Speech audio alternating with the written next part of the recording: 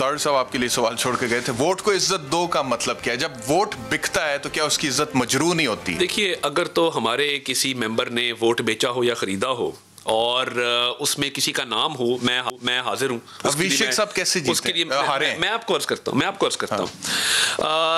बहुत सारे लोग ऐसे हैं जिनसे मेरा भी राब्ता था दूसरी जमात में, हमने 10 साल उनके साथ अच्छा वर्तान रखा है, हमारी हुकूमत रही है। आधे मेंबर जो इनके पास हैं वो कहीं की ईंट कहीं का रोड़ा, भानुमती ने कुंभा जोड़ा, जो कुंभा जोड़ा हुआ है ये कोई नजरियाती कारकुन तो नहीं तरीके इंसाफ के। आपका क्या ख्याल है कि इनके बेंचेस पे जो लोग बैठे हैं, आप भक्कर झंग से शुरू हो जाएं और आप तोड़ लइये तक जाएं, ये कोई तरीके इंसाफ इन्होंने 97 में ज्वाइन की थी? ये सारे इधर उधर से तोड़े हुए लोग हैं जिनकी वफादारियां तब्दील कराई गई 2018 के इलेक्शन से पहले। जनूबी पंजाब महाज कैसे बना, किसने बनाया? जनूबी पंजाब महाज के बाद बाकी लोग किस तरह ज्वाइन किए? ये लोग तो मौका ढूंढ रहे हैं कि हमारी जान छुटे, नाराज हैं। फैसलाबाद से एक इनके मेंबर नाराज हैं, 8 मेंबर इनके एक और डिवीजन से नाराज हैं। और दूसरी बात, नाराज अरकान तो आपके भी बहुत सारे हैं ना? नहीं, बट देखिए ना, हमारे नाराज अरकान या तो किसी ने को वोट दिया तो मैं बात करूं ना, इनके तो नाराज अरकान ने। लेकिन मुझे ये बात समझ नहीं, आपने कहा कि ताल्लुकात की बुनियाद पे आप लोगों ने गिलानी साहब को जितवाया है। दो और बातें इसमें, ठीक है, ये कौन सा ताल्लुक होता है? मैं अर्ज करता हूं गिलानी साहब की बतौर एक उनका पीर खाना है, खानवादा है जिसकी इज्जत पूरे पंजाब में है। मैं इनकी एक member floor of the house कह रही थी, एक तरफ एक मैं करता हूं शाह महमूद कुरैशी, चेयरमैन सेनेट का इलेक्शन कैसे आ गया? वो चीज वहां पे क्यों नहीं काम आई? वो इसलिए काम नहीं आई कि हमारे पूरे वोट कास्ट हुए, 7 वोट जिस तरह इनवैलिड डिक्लेयर हुए हैं, जिस तरह रिटर्निंग अफसर प्रिजाइडिंग अफसर साहब ने अपना किरदार अदा किया है। 7 वोट डेप्यूटी चेयरमैन सेनेट के इलेक्शन में दूसरी साइड पर डले हैं। आपका बड़ा इलेक्शन हार जाए आप, उसका असर छोटे इलेक्शन पे हमेशा होता है। इतनी जल्दी हमेशा होता है? ये हो जाता है। ये कैसे हो सकता है? अगर आप बड़ा इलेक्शन हारे हैं, वो जो 7 लोग, अगर that was a genuine mistake और उन्होंने गलती से गिलानी साहब के नाम के ऊपर मोहर लगा दी थी और वोट जाया हो गया, उन्हें तो पता लग गया ना कि जी सामने अब वोट लगानी है, उसके बाद उन्होंने वही मोहर दूसरे कैंडिडेट के बॉक्स में लगा दी। इसका मतलब है that was not a genuine mistake। देखिए बातें 2-3 है इसमें। गिलानी साहब का जिस खानवादे का मैंने जिक्र किया और जिस उनका एक पीर खाना है, इनकी अपनी एक member floor of the house कह रही थी, एक तरफ शाह महमूद साहब थे, उन्होंने कहा जी मेरी इस पीर खाने से ज्यादा अकीदत है। ये फ्लोर ऑफ द हाउस बात है, मैं मौजूद था बतौर पोलिंग एजेंट। दूसरा, बतौर वज़ीर आज़म हमारे उनसे 100 इख्तलाफात रहे होंगे, उन्होंने अपोजिशन और ट्रेजरी को अलाइक इज्जत दी। उन्होंने floor of the house parliament में हर सेशन पे जाते थे, लोगों के साथ उनका बर्ताव बहुत अच्छा था। सब बातें तो ये भी हो रही हैं कि पीएमएल-एन ने पीपल्स पार्टी के साथ गेम कर दिया। देखिए बात यह है कि वोट जितने डले हैं वो वैलिडली कास्ट हुए हैं। मैं आपको एक एग्जांपल देता हूँ। हफीज़ शेख साहब को एक वोट डला जो वोट के खाने से बाहर उनके नाम वाले खाने में, क्योंकि उस बैलेट पेपर पे 2 खाने थे, उनके नाम के साथ 1 लिखा हुआ था। हमने चैलेंज किया, इलेक्शन कमीशन के रिटर्निंग अफसर ने कहा नहीं ये वैलिड है, वोटर की इंटेंशन क्लियर है, लेट इट गो। हमने माना, 1 वोट हमने जाने दिया। सेम वोट हमारा निकला जहां पे गिलानी साहब के नाम के आगे 1 लिखा था। अच्छा, आप ये कह रहे हैं कि कोई पैसा नहीं चला दोनों इलेक्शंस में? देखिए, गिलानी संजरानी और गिलानी हफीज शेख कोई पैसा नहीं चला। देखिए मैं ये बात वसूख से तो नहीं कह सकता कि पैसा नहीं चला, मगर नहीं मैं देखिए, जहां तक जिन मेंबर से मैंने बात की या मैंने गिलानी साहब के लिए वोट मांगने की कोशिश की, उनसे मैंने अपने जाती ताल्लुक हो सकता है ना पैसा चला हो सर, बिल्कुल इसकी पॉसिबिलिटी मौजूद है, मैं इसको बिल्कुल डिनाई नहीं कर रहा। बट मैं ये कह रहा हूं कि मुझे ये पता है कि जब हमारे 50 वोट्स कास्ट हुए हैं, वैलिडली कास्ट हुए हैं, मैं वसूख से कहता हूं हमारा कोई मेंबर नहीं बिका। मैंने आज भी ये बात। Before I go to Andaleeb Abbas Sahiba, quickly Maryam Nawaz साहिबा की जमानत की मनसूखी के लिए दरखास्त दायर होगी लाहौर हाई कोर्ट में। देखिए, चौधरी शुगर मिल के केस में मैं भी पेश होता रहा हूँ, मैं उस लीगल टीम का हिस्सा रहा हूँ। उनकी मेरिट पे बेल हुई थी लाहौर हाई कोर्ट की डीबी से, जो नैब की डीबी होती है। अब इतना फ्रिवलेस ग्राउंड पे 70 सफ़ों की एक पिटिशन हाई कोर्ट में जमा करा देना छुट्टी वाले दिन, मैं समझता हूँ कि ये जो यकतरफा एहतसाब का निज़ाम है, चीनी 200 अरब की चोरी हो गई, किसी को नज़र नहीं आई। जहांगीर तरीन आज भी आज़ाद है। अद्वियात चोरी की आमिर कियानी ने, किसी को नज़र नहीं आई। बिजली के मनसूबों में 100 घपले हैं, वो किसी को नज़र नहीं आए। आप ये कह रहे हैं उनको नहीं पकड़ा तो हमें क्यों पकड़े? नहीं, बड़ा क्लियर है, आप वकील हैं।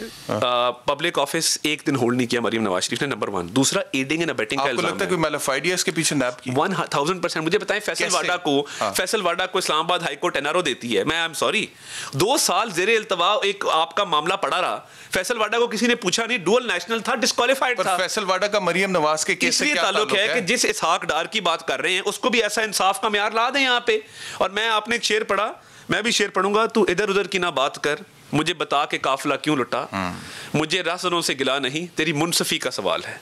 बात यह है कि जहां पे एहतसाब का निज़ाम ऐसा होगा कि जिसको आप चाहेंगे पकड़ के डरबे में बंद कर देंगे, जिसको आप चाहेंगे उसको बाहर भेज देंगे, ये मामला इस तरह नहीं चलेगा। फैसल वाडा जवाब दे, जहांगीर तरीन जवाब दे, इनके जितने फाइनेंशियल करप्शन के इल्जाम हैं, फाइनेंशियल करप्शन के इल्जाम, हाउस का आप कुछ कह रहे थे। फैसल वाडा साहब ने मोहसिन राजा साहब से आके बात की कि आप ये रिटेड पिटीशन वापस ले लें, मरियम नवाज शरीफ की गिरफ्तारी मैं रोक दूंगा। ये बात ना, हाँ जी, ये बात ना हुई हो, ये बात ना हुई हो, मुझे आप जो सजा आप तजवीज करेंगे। ये आप क्या कह रहे हैं? फैसल वाडा चीफ जस्टिस पाकिस्तान है, फैसल वाडा साहब ने, फैसल वाडा सर आप क्या कह रहे हैं? हमने यही सवाल उनसे किया कि आप ये किस तरह करोगे, वो मेरे पे छोड़े। नहीं, दोबारा जरा मुझे बताइएगा। I have to register this. Faisal Wada साहब ने नेशनल असेंबली के इजलास के दौरान मोहसिन राजा साहब को आके कहा कि जो आपने पिटीशन मेरी डिस्क्वालिफिकेशन की है, आज से 4-5 माह पुरानी बात है, वो आप वापस ले लें तो मरियम नवाज शरीफ गिरफ्तार नहीं होंगी। उस वक्त ये चौधरी शुगर मिल का केस हाइप क्रिएट हुई थी, चल रहा था।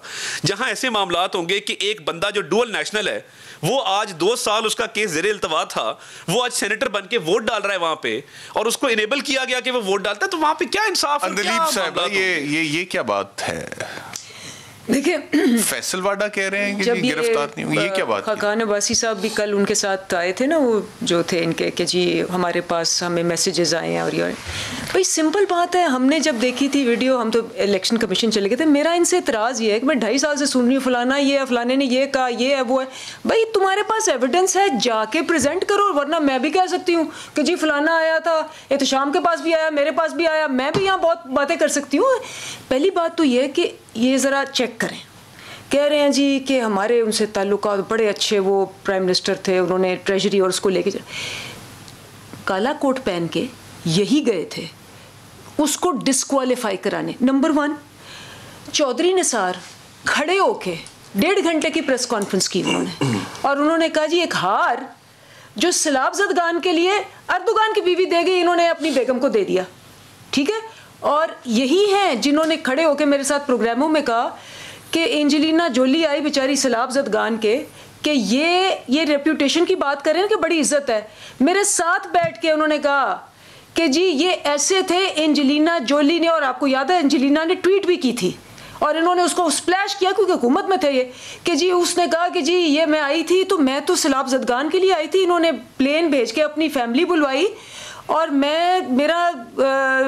आई was ashamed of it. Gilani Sahab की, और ये उसमें खलीज टाइम्स में भी आया, और ये मेरे साथ बैठ के PMLN वाले कहते थे कि इतना घटिया आदमी जिसने सैलाब की नहीं छोड़ी, चौधरी निसार ने प्रेस कॉन्फ्रेंस भी की, जिसने पाकिस्तान को बेचा 60 मिलियन पे, और कहा कि मैं हुकूमत पाकिस्तान का प्राइम मिनिस्टर हूं, लेकिन मैं अवाम का पैसा नहीं रखूंगा, मैं जरदारी को प्रोटेक्ट करूंगा जो उसका चोरी का पैसा है। ये सारी बातें तो ये कर चुके हैं। आज ये बैठ के अभी रिवाइंड करें क्या कह रहे हैं गिलानी साहब के बारे में, और वो भी लगा दे जो तब कहते थे। तो कोई दीन ईमान भी होता है इंसान का?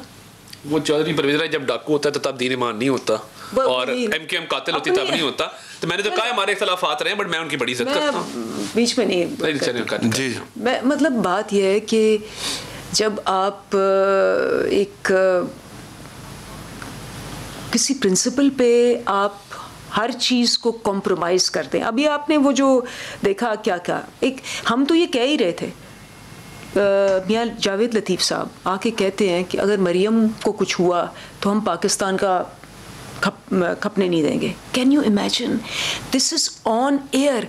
उसके बाद पहले और नवाज शरीफ का भी यही था कि अगर मुझे हुकूमत नहीं मिलेगी तो फिर मैं किसी को ये है कि ये आप लगा दें जरा। मैंने कल हमारी चैनल पे चला, जहाँ तक मुल्की सालमियत की बात है, जहाँ तक इस मुल्क के साथ वफादारी की बात है, तो मैं समझता हूँ, मेरी ये अपनी ज़ाती राय है कि इस तरह की बात उनको नहीं करनी चाहिए थी। मैं बड़ा क्लियर हूँ इस मामले पे कि ठीक है, बहुत सारी चीज़ें ऐसी होती हैं जिस पे आपको ये लगता है, आपके जज्बात में आप आ जाते हैं।